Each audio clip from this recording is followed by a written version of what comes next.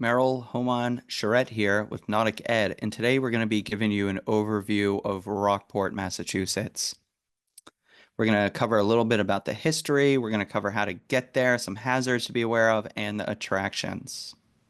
So to begin, the app I'm using here is called Ditch Navigation. They track AIS data, so these blue lines that you see, that's what it is.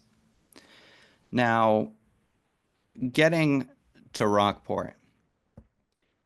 Rockport is going to be the most reliable harbor that you're going to find between Gloucester and Portsmouth, New Hampshire. So Gloucester's over here, Portsmouth, New Hampshire is up here. So basically, it's going to be the most reliable one. It is a very protected place, unless it's a nor'easter. As you can see, this kind of L is exposed to the northeast. So any type of nor'easter that comes through or northeast winds, it is completely exposed. Now, to get there, if you're coming from the north, south, you go right to it. If you're coming from the south north, you just dip into it. Now, let's take a look at Rockport a little bit more. So, Rockport, like all New England towns, has a very storied history. The first settlers came there in 1680. The area was known for its granite, and during the Industrial Revolution, this granite was mined here, and there's a quarry, and it was shipped all across New England.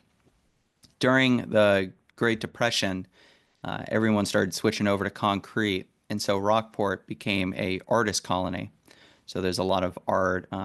It's one of the famous art pieces there is called Motif Number One. It's a building, and I'm under the impression it's one of the most painted buildings in the United States. Another fun fact is that Rockport used to be a dry town of Massachusetts. There was only a few of them, and this was one of them.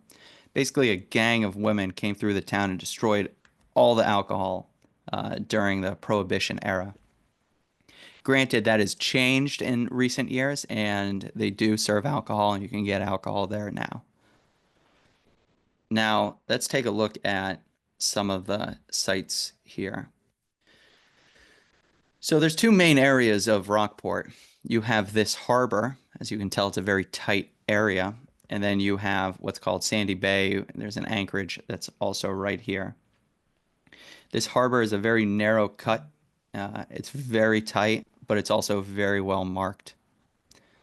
Over in Sandy Bay, one of the noticeable things is this unfinished breakwater here. Now, let's talk about the hazards. So the hazards are this harbor, because it is so tight, you don't want to enter after dark. It's also very crowded. If you come into this, you have to pretty much have a plan already of what you're going to be doing.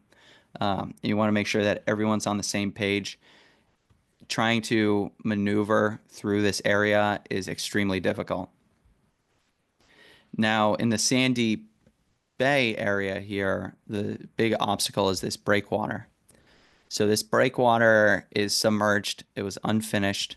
And basically from the green 3 all the way to the red 2 is this breakwater. So avoid this at all costs. Each year, there's boats that wash ashore. As far as the anchorage goes, if you anchor in this area,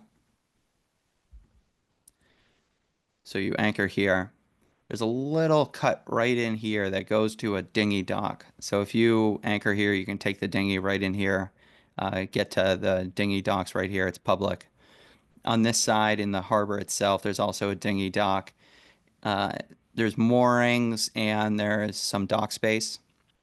And in order to get a mooring or a dock space, what you have to do is you have to call the harbor master for Rockport. That's the only way you're able to get to these things, and they'll hook you up with a spot. Again, it's a very tight and crowded area, so be warned of that. As far as things to do in Rockport, Rockport is a very compact and easy to walk area. There's a ton of shops, a lot of artist galleries, bookstores. It's a pretty fun New England town, and it looks very much as one. There's also a quarry that you can check out as well. That's a nice little scenic state park.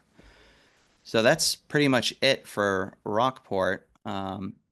If anyone is looking for any type of navigation, coastal navigation, education, and anything like that, check out Nautic Ed's online navigation courses. They'll be linked into the show notes below.